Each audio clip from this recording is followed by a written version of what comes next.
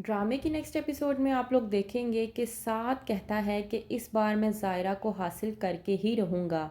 जाने लगता है जब साद ज़ायरा के पास तो वहीं पर उसकी बहन नवीन रोक कर उसको कहती है कि आप बहुत अच्छे इंसान हैं, लेकिन ये जो आप करने की कोशिश कर रहे हैं ये ठीक नहीं है।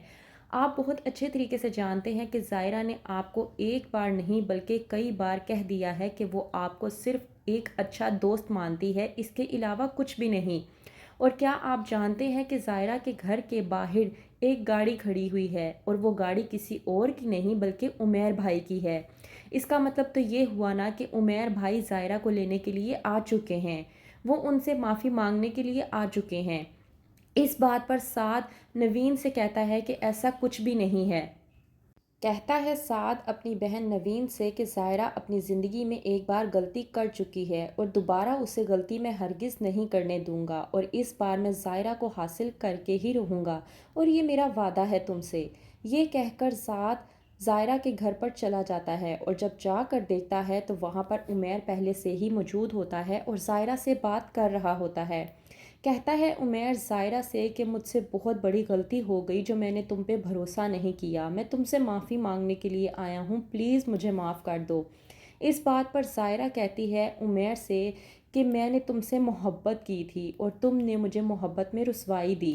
तुमने क्या किया मेरे साथ, तुमने कभी मेरी बात पर भरोसा नहीं किया। तुमने हमेशा मेरे किरदार पर शक किया, तुमने हमेशा दूसरों की बातों में आकर मुझे नीचा दिखाने की कोशिश की।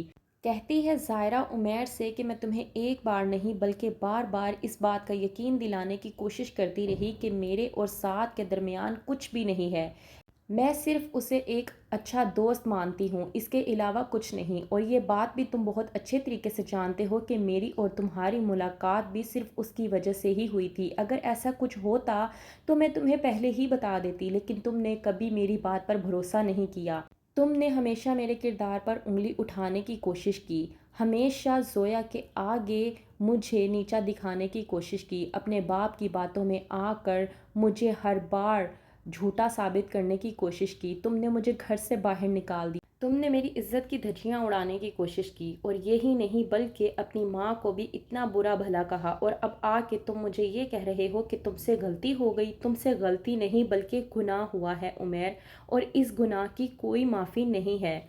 इस बात पर उमैर ज़ायरा से कहता है कि मैं मानता हूँ कि मैं तुम्हारी मोहब्बत के लायक ही नहीं हूँ, पर फिर भी मैं इस आस से तुम्हारे पास आया था कि तुम मुझे माफ़ कर दोगी, क्योंकि तुम्हारी मोहब्बत मेरी मोहब्बत से ज़्यादा अजीम है। बस इसी आस पे मैं तुम्हारे पास आया हूँ अपने गुनाहों का इतराफ़ करने और तुमसे माफ़ी मांगने के लिए। मुझे उम्मीद है ज़ायरा कि तुम मुझे माफ़ कर दोगी।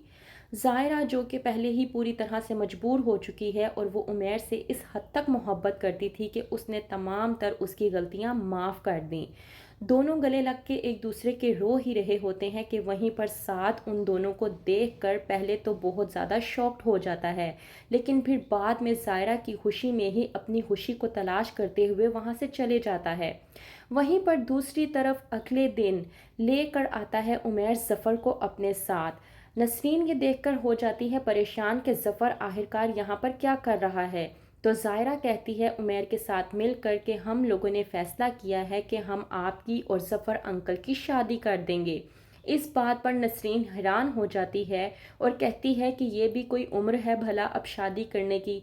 लेकिन फिर भी उमैर अपनी माँ नसरीन की बात नहीं मानता और कहता है कि जो फ़ैसला मैंने कर दिया अब वही होगा। तो इस तरह से हो जाती है महरूम ड्रामे की एंडिंग।